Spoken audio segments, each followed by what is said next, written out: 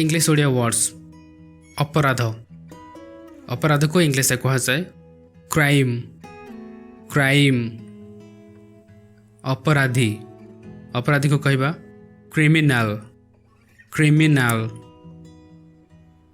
आईन इंग्लिश से कहा जाए लॉ लॉ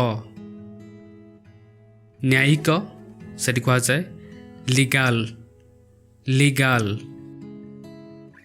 न्याय न्याय को इंग्लिश से कहा जाए जस्टिस जस्टिस आरोप आरोप को इंग्लिश से कहा जाए अक्यूज अक्यूज किंबा ब्लेम भी कहा जाए ब्लेम किंबा एलिगेशन एलिगेशन ए तीनटा भितर जहाँ भी आम कहबा आरोपी आरोपी को इंग्लिश से कहा जाए अक्यूज्ड अक्यूज्ड वकील वकील को इंग्लिश से कहा जाए लॉयर लॉयर किंबा एमती कहा जाए एडवोकेट एडवोकेट हेफाजत बा संरक्षण इंग्लिश से कहा जाए कस्टडी कस्टडी हाथकड़ी हाथकड़ी को इंग्लिश से कहा जाए हैंडकफ्स हैंडकफ्स कार्यानुष्ठान कार्यानुष्ठान को कहा जाए एक्शन एक्शन कारागार कारागार को इंग्लिश से कहा जाए जेल जेल किंबा प्रिजन प्रिजन कारावास कारावास को इंग्लिश से कहा जाए कन्फाइनमेंट कन्फाइनमेंट कैदी कैदी को इंग्लिश से कहा जाए प्रिजनर प्रिजनर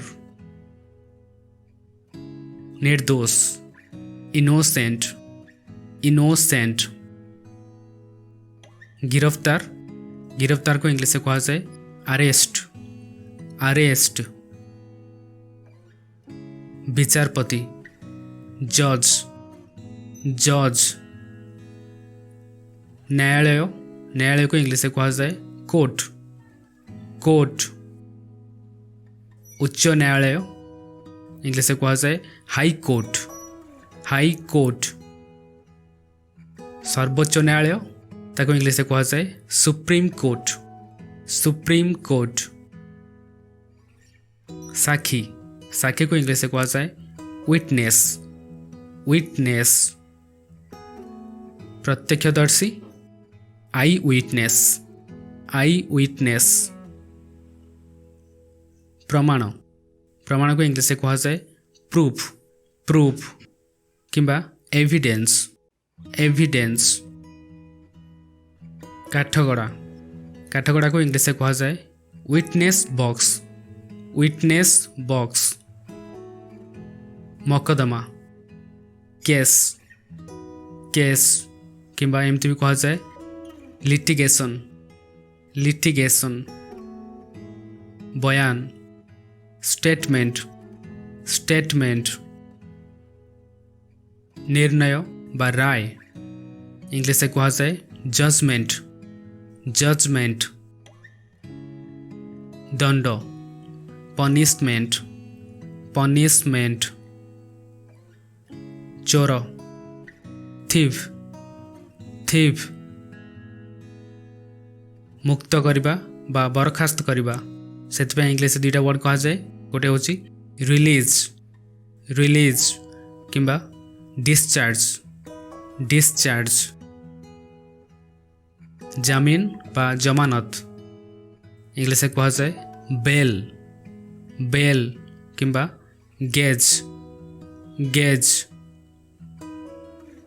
धमक थ्रेट थ्रेट चुक्तिनामा इंग्लिश से कहा जाए एग्रीमेंट एग्रीमेंट आपस बुझामणा कंप्रोमाइज कंप्रोमाइज तर्क आर्गुमेंट आर्गुमेंट किंबा डिबेट डिबेट